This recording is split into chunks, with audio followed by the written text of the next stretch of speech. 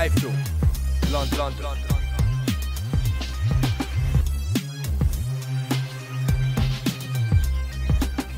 iFILM, London. My name's Kugan Cassius, this is iFILM London. With me I've got the head of boxing at Sky Sports, Mr. Adam Smith. How are you, Adam? I'm good, Kugan. Thank you very much. Had a lovely Christmas and a Happy New Year to you. Happy New Year to you too.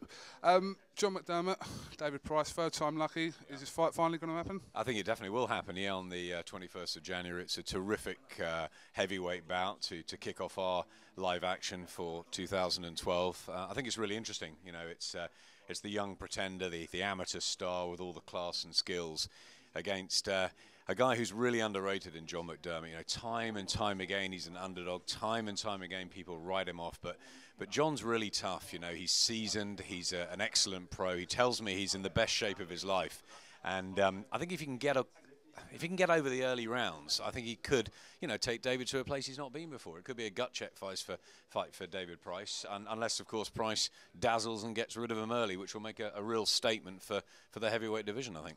A make or break fight for John McDermott though, because he has been on the end of some poor decisions, I can say. Frustrating obviously for John, and you know, he obviously thinks that this is his final shot. Very frustrating. I think the first fight with Danny Williams particularly unlucky. Obviously the fight with Tyson Fury that Frank was mentioning at the press conference, you know, he was desperately unlucky in that one. And of course, sort of the rematches haven't gone his way. I think yes, but then he blew away Larry Olabamiwo, and people didn't expect that. I think people read a lot into what happened with the Matt Skelton fight. You know, he was ripped apart by Skelton. There's a lot of personal problems at the time with his baby, and I think John. The thing with John is he's so nervous beforehand, but when he gets in the ring, he feels at home. And I think if he gets into it, his seasoning and his sparring, I think he'll make it a really, really interesting fight. But you know, he is in with somebody who I expect in David Price to go far in the sport. So it's a tough one still for McDermott. I just want to talk about the year 2011. How do you book that year for British boxing? Is it a learning curve for British boxing, or has it been a disappointing year as regards to fighters going abroad with belts, some without, and coming home with nothing? I don't think it's been a disappointing year at all, 2011. I think it's been a very interesting year for boxing. I think it's a shame, obviously, that we still haven't got Pacquiao and Mayweather together. I think, you know, worldwide, the Klitschko still reign. I think David Hayes' obviously performance was disappointing for British boxing, but you know, on the positive side, you know, we've pushed them close. You know, Martin Murray, Matthew Macklin, you know, Ryan Rhodes even going to Mexico. You know, they've had very, very tough assignments, and I think that they've done themselves proud. I think Amir Khan will bounce back in 2012. I think Carl Froch will become a world champion again, and I'm looking for the new breed to come through. You know, the likes of David and Scott Quigg and maybe Kell Brook. Maybe this will be 2012 his year. You know, there's others as well. Billy Joe Saunders, Joe Selkirk. There's plenty of talent out there. Nathan Cleverly, still a world champion. Ricky Burns had a great 2011. I don't think it's that disappointing that we've got one recognised world champion, because we've got a lot of really good fighters in Britain, and I think there's a buzz growing again. So I'm not disappointed with 2011. I'm looking forward to this year. What do you make of the whole Amir Khan situation with Lamont Peterson? What is your outlook on it, Adam? Well, the man in the hat. The man in the hat. Looks like Run DMC from... I tell you what, he's blagged his way ringside, it looks like to me. I don't know whether he's an IBF official or whatever. I mean, I've read the stuff. I don't know the guy. I wasn't actually at ringside in Washington. I was at Peter Lee covering the Ashley Theophane fight that night, so I only watched it on television. Look, it was a great fight, Kugan. I mean, I think that's what's being lost in the wash here. You know, we've got to remember that it was probably the fight of 2011, Khan and Peterson. Peterson fought out of his skin, you know, giving with, you know, where he's come from in life. I thought it was a terrific story from a Washington point of view anyway. I thought Khan was just ahead at the end, and the 2 points against him. You know, it was a very, very close fight. It wasn't a robbery. Yes, they did take a long time to announce the scores. Maybe there was discrepancy somewhere with the scorecards. You know, this guy messing around at ringside with Michael Walsh, you know, there does have to be an investigation. Of course there does.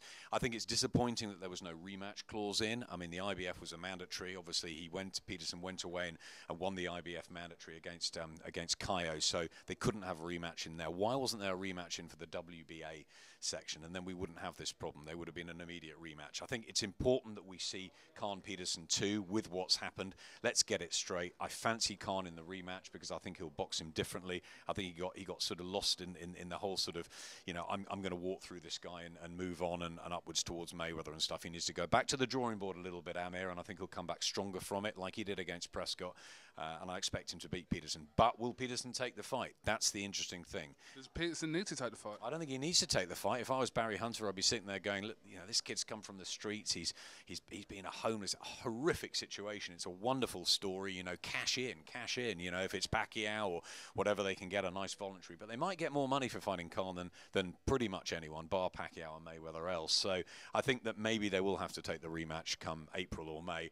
But I just think it's a great story for Peterson. Khan can come again, and it was a great fight. And let's not forget that. With all this controversy, let's not forget what it was, which was a thoroughly entertaining 12-round fight. How difficult is it going to be for Derek Chisora to go to Munich and be the first man to knock Vitali down? Can it be done? Adam, can you see it?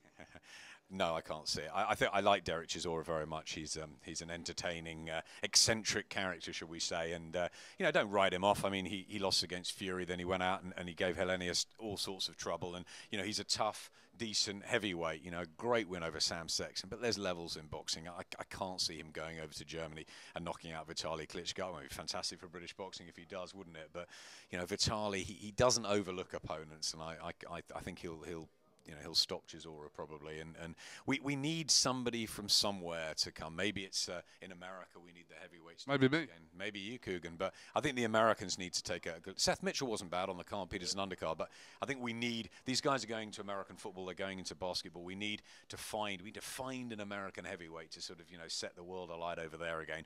As far as Britain goes, Chisora's good, you know, Fury's good, Price is good, you know, Richard Towers, there's plenty coming through. But can Chisora beat Klitschko? I don't think so, do you? No comment. Big hopes for Anthony Joshua as well this year in that heavyweight division. You see that, you know, that'd be great, wouldn't it? Anthony Joshua, he's a great story and he's a nice guy, and I think if he can strike gold in London 2012, what a stage and what a shot in the arm it will be for British boxing. That's why I think this could be a really good year. Not only the likes of Price and Quigg and Brook and Khan and Froch coming again and Cleverly and Burns and all that, but I think the amateurs, I think we can really get a clutch of medals, you know, with the guys we've got like Luke Campbell and Stalker and Joshua and Selby. I mean, there's great talent there. You know, if we get 7, 8 of them into the Olympics, you know, we can come back with maybe a gold and a couple of silvers and a couple of bronzes or whatever, and I think that'll be boxing's in cycles, isn't it? And this is a perfect chance and a perfect stage for someone like Joshua to shine on. Do you think there's a lot of pressure being put on Anthony Joshua right now, because some of the comments about Anthony are phenomenal, and you know, I've spoke to Anthony a few times, and you know, he's just quite level-headed and he's quite sensible when he's just taking it in his stride. But I've said to him, you know, just to ignore all that really, because he's the comment, like I said, the comments coming out from various promoters and fighters, and you know, are quite staggering, really. Yeah, they are, and I had a chat with them actually before the Boxing Writers back in October, where he won the amateur award, and I think he was a little bit sort of starstruck. He didn't quite know sort of how to deal with the situation, but it's all a learning curve. I think he's, you know, he hasn't had a lot of experience as an amateur, but he shows a lot of talent, and because of what he did, you know, he's going to be talked about. You know, it's this super heavyweight. You know, is he the next Lennox Lewis, is he the next Audley Harrison? Well, maybe not. But I mean, it is tough. But he's got to take it on board. He seems a grounded individual. Spencer Oliver, who I know very well, is, you know, they're close to him up there, obviously, with the camp and the family. And I just hope that, you know, he doesn't panic too much. He's calm and he lets his fists do the talking, as they say, and he does well in the Olympics. It doesn't matter if he doesn't get gold, but I think, you know, we all really, really hope he certainly gets to the final, because it will be a terrific one in London for him to do that. And just finally, could this be a year that Kevin Mitchell comes back and delivers what he's promised? I really, really like Kevin Mitchell. I've got a massive soft spot for him. I think he's so talented. I thought it was fantastic the way he came back after the Katsidas fight, put his demons, and he had a lot of demons, and he lives his life a little on the rails, Kevin Mitchell. But you know what? He's class. And against John Murray, he was fantastic. He had that extra bit of ability. I think he can become a world champion, but I think he needs really to have 12 months of you know, staying out of trouble, of really concentrating on. He's got a great team around him with Jimmy and Mark Tibbs, and I love Kevin Mitchell to come back and do it. You know, great fight with Ricky Burns maybe ahead, and you know, on the international stage, you know, I've got a funny feeling he could beat someone like Brandon Rios. You know, I mean, John Murray maybe not quite good enough. But Mitchell, I like, and I think Mitchell can become a watch. Were you impressed with Brandon Rios against John Murray? You know, I like Brandon Rios. He is what he is, but I think he can be outskilled and outclassed. I didn't give John much of a chance going, and I thought it was a very, very hard match to take off the back of the Mitchell defeat. But, you know, you take your chances in life. I thought he put a tremendous show of bravery and courage up. But, you know, John fights a little bit with his face. It's a bit sort of, you know, come forward. There's not really a plan B. I think Kevin's got that class, as he showed against fighters like Bredis Prescott and, you know, show against Carl Johansson when he can really dig deep, Kevin Mitchell. You know, what happened to Michael Cassius? You know, this can happen. You know, it was on his home stage. It was a big night for him. It didn't go, you know, the preparation wasn't right. I think when he's right, Kevin Mitchell is a very, very hard guy to beat because of his class. I'd love to see him win a world title. Well, Mr. Smith, thank you very much for talking to iFILM London again. I just hope that this year, you know, everything we didn't get last year, we do get this year, starting with Derry Matthews on the 20th. Absolutely. Derry's another good kid, and hasn't he come back well? You know, he's a real salt of the earth Liverpudlian. I like him a lot, and he's the night before Price McDermott. Liverpool's has a soft spot in my heart because I'm a big Red, and I hope that we get a good couple of nights up on Merseyside and plenty more this year. And Prize Fighter as well should be fun and fiery in February. So I think there's a lot to look forward to. Kelbrook in March, don't forget. Khan and Froch back before the summer. Mayweather, Pacquiao, not happening against each other, but they'll both fight. I don't think we're down and out, are we? We'll never be down and out. We'll never. Adam Smith, thank you very much. We'll let you crack on, and we'll speak to you real soon. It's Kugan Cassius with Adam Smith here for iFILM London. Thank you very much. I'm Adam Smith, and you're watching iFILM London. iFILM London.